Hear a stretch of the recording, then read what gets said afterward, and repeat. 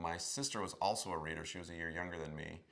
And she read, in those days, what we called the traditional girl books. But I'd get bored if there wasn't enough books in the house, so I'd go and pull her books. And one year for her birthday, she'd been given the Black Stallion collection because she was a horse lover. She had little horse statuettes. And it was a box set.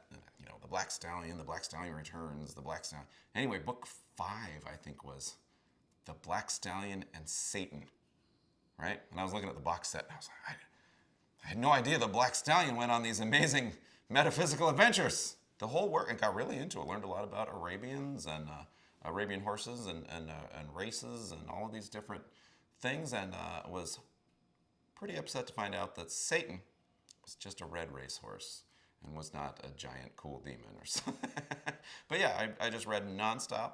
To me, it was always interesting, and I followed in my dad's footsteps because he loved science fiction and fantasy so much. He'd bring home adult sci-fi and fantasy, and after a while, as a kid, I was like, well, this has a spaceship on the cover. I'll just read my father's books. And so I read his science fiction and fantasy and just kept with it. Read all of the audiobooks I could on science fiction and fantasy, and then hit the wall. There were no more I could listen to, but I had the habit in place. So I closed my eyes. I thought, well, I'm going to have to keep listening. This is my favorite thing to do.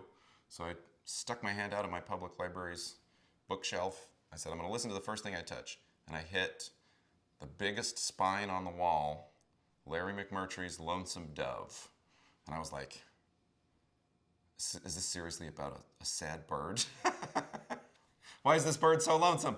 But I said, I made a deal, and I checked it out and was immediately introduced to historical fiction, which changed everything. And that audiobook section kind of opened the library for me because I was comfortable there. That was how I like to read audiobooks. And because I was comfortable there, I was willing to take risks and chances. Jumped into historical fiction, which led to nonfiction, which now I'm a history writer. So it all started, though, from a parent who read aloud, and I got hooked on that listening while I drew.